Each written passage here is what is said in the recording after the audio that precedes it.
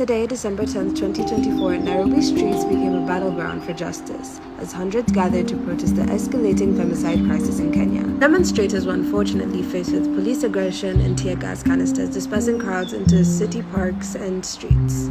Several protesters sustained injuries, including one activist, Mukali Mweni, who was injured during the protest, criticizing the government's inaction, stating, "It was very sad that I was injured while championing for women not to be injured or killed. If the president is serious about ending femicide, let him start by taking action on the officers who have brutalized us today."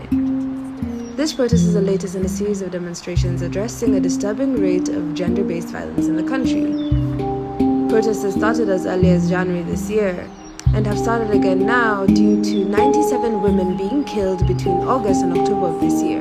President William Ruto, after a public outcry, recently allocated over $700,000 or 100 million Kenyan shillings to combat femicide after discussions with female leaders. We are committing Kenya shillings 100 million for the Safe Home, Safe Spaces campaign and for the next 16 days of activism.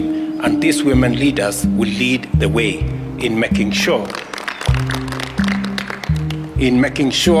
that our girls, our women,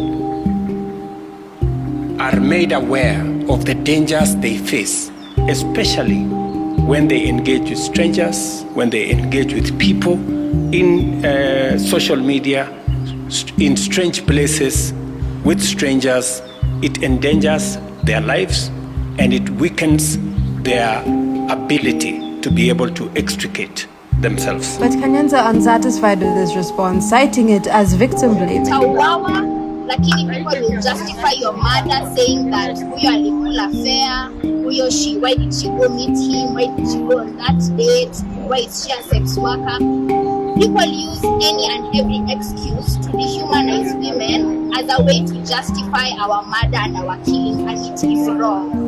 There is no justification for murder.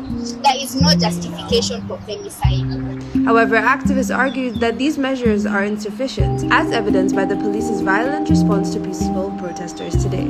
They also questioned the role of female leaders in the country and whether they're truly doing enough. These numbers likely underestimate the true scale, as many cases go unreported, but recent high-profile cases have intensified public outrage. Rebecca Cheptegei, fatally set ablaze by her ex-boyfriend, Starlet Wahu, Rita Waeni, taxi driver Victoria Mumbua, Seth Nyakionjeri, Lilian Achieng Aluko, all killed in the last few months. Government of Kenya has made several commitments, but is it enough to end femicide? The year the female body count has piled up. Women are found tortured, sexually assaulted, and murdered. Do not turn away from these stories. Keep your voices loud. Thank you for all those who marched today. And we echo as a collective a demand for action, justice, and the fundamental right of women to live free from fear.